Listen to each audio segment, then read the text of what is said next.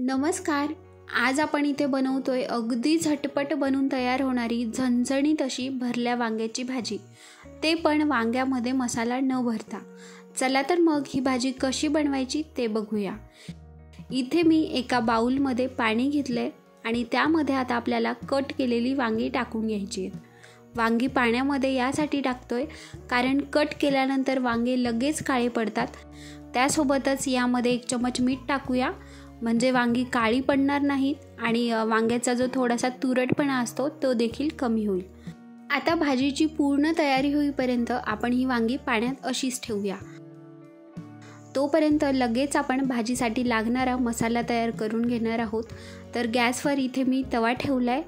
तव्यावर आपल्याला 2 मध्यम आकाराचे कांदे टाकून घ्यायचे, ते पण अशा प्रकारे लांबट कट करून. आणि आता हा कांदा आपल्याला छान असा लालसर रंग होईपर्यंत भाजून घ्यायचा आहे. कांदा भाजत असताना स्टार्टिंगला लगेच तेल टाकून घ्यायचं नाही. कांदा थोडासा भाजला की मग नंतर तेल टाकायचं. त्यामुळे काय होईल, कांदा लवकर रंग बदलेल आणि छान असा लवकर भाजला जाईल. तेल टाकून घेऊया थोडंसं आणि परत एकदा थोडासा लालसर होईपर्यंत 1 मिनिट आपण भाजून घेऊया. कांदा इथे छान असा भाजून झाला आहे. आता आपण हा साईडला करून घेऊया. आणि आता त्याच तव्यावर आपल्याला खोबरं देखील भाजून घ्यायचं आहे. तर इथे मी खोबऱ्याचे पातळ काप करून घेतलेत. यावर थोडंसं तेल टाकूया आणि आता हे खोबरं देखील आपल्याला छान असं तांबूस रंगावर भाजून घ्यायचं आहे. खोबरं भाजायला जास्त वेळ लागत नाही, लगेच भाजलं जातं. तर हे बघा, खोबरं भाजून झालं आहे. आता या ठिकाणी आपल्याला गॅस बंद करायचा आहे.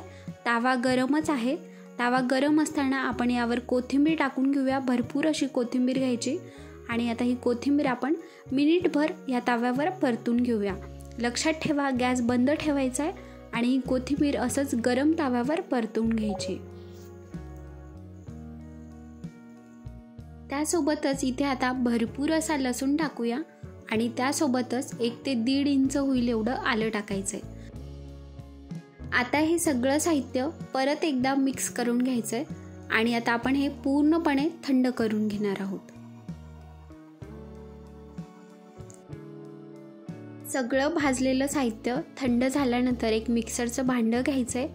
त्यामध्ये हे सगळं साहित्य टाकून घ्यायचं आहे आणि आता यामध्ये थोडं पाणी टाकून आपल्याला याचं वाटण तयार करून घ्यायचं आहे. पाणी अगदी गरज पडली तरच टाकायचं. तर हे बघा, अशा प्रकारे आपल्याला इथे छान असं बारीक याचं वाटण तयार करून घ्यायचं आहे. तर इथे भाजीसाठी लागणारा मसाला बनवून तयार आहे. आता आपण भाजीला फोडणी देऊया.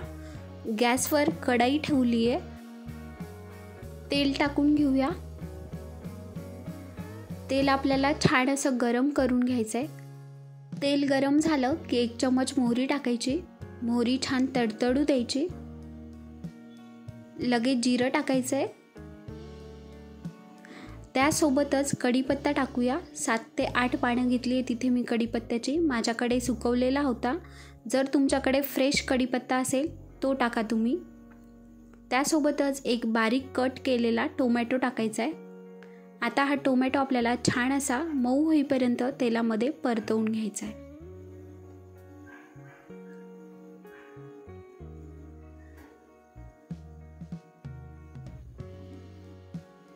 टोमॅटो तेलामध्ये छान असा परतला गेला आहे. आता आपण यामध्ये जे वाटण बनवलं होतं ते टाकून घेऊया. आता हे वाटण आपल्याला तेल सुटेपर्यंत मध्यम गॅसवर छान असं परतवून घ्यायचं आहे. जेवढा छान आपला मसाला तेलामध्ये भाजला जाईल तेवढी छान आपली भाजी बनून तयार होते. म्हणून अजिबात घाई करायची नाही. मध्यम गॅसवर आपल्याला हे वाटण छान असं खरपूस होईपर्यंत भाजून घ्यायचं आहे. आता बघा, जेव्हा आपण वाटण दळून घेतो तेव्हा थोडंसं पाणी कमी टाकून वाटण दळलं की तेलामध्ये वाटण परतवत असताना लवकर परतलं जातं. आणि थोडंसं जास्त पाणी टाकून आपण वाटण दळून घेतलं तर थोडं 1-2 मिनिट वाटण तेलामध्ये परतवायला जास्त लागू शकतात. तर इथे बघा, अगदी काही मिनिटामध्ये म्हणजे 3-4 मिनिटामध्ये छान असं आपलं इथे वाटण परतून झालं आहे. आता आपण यामध्ये बाकीचे जिन्नस टाकून घेऊया. तर इथे मी अर्धा चम्मच होईल एवढी हळद टाकली आहे. त्यासोबतच लाल तिखट टाकून घ्यायचं आहे आवडीनुसार. इथे आपण भाजी थोडीशी झणझणीत बनवतो आहे म्हणून मी थोडंसं जास्त लाल तिखट टाकलं आहे. गरम मसाला किंवा काळा मसाला जो घरी आपल्या अवेलेबल असेल तो 1 चम्मच मसाला टाकून घ्यायचा आहे। त्यासोबतच धनेपूड टाकूया आणि चवीनुसार मीठ टाकायचे। आता हे सगळे जिन्नस आपण तेलामध्ये परतवून घेऊया। आता हे मसाले करपू नये म्हणून यामध्ये आपल्याला थोडंसं म्हणजे 2-3 चम्मच होईल एवढं पाणी टाकून घ्यायचे। आता हे सगळे जिन्नस आपल्याला एकत्रित मिक्स करून घ्यायचेत।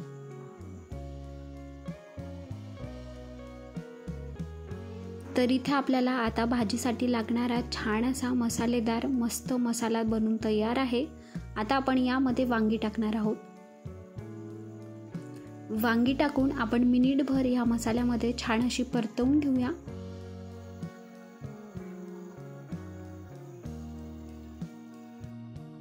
आता यावर झाकण ठेवायचंय आणि 2-3 मिनिट मंद गॅसवर आपल्याला ही वांगी छान अशी वाफवून घ्यायची आहेत।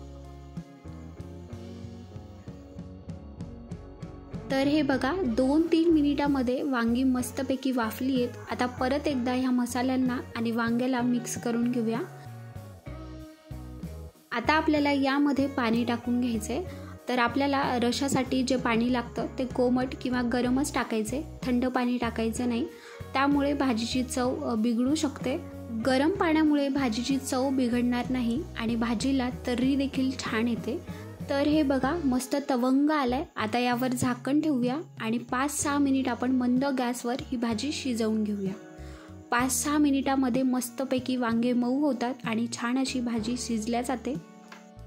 तर हे बघा इथे भाजी छानपैकी शिजून तयार आहे, तर्री देखील मस्त आली आहे। आता यावर आपण बारीक कट केलेली कोथिंबीर टाकायची आहे। परत एकदा भाजी मिक्स करून घ्यायची आणि गरमागरम भाजी सर्व करून घेऊया।